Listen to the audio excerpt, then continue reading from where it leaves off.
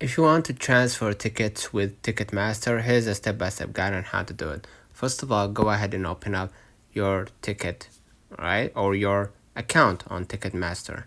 Let me close this window, okay? And you're gonna be able to see the section for event details, right? Go to your My Account, My Events, and then Event Details, and then click View Ticket, right? And you're gonna be able right here to see your ticket. You can hit transfer at the bottom left, okay? And you're gonna follow along, right, to transfer your own ticket to your friends, to other people, right? And they can scan the QR code, or you can send it via email, right?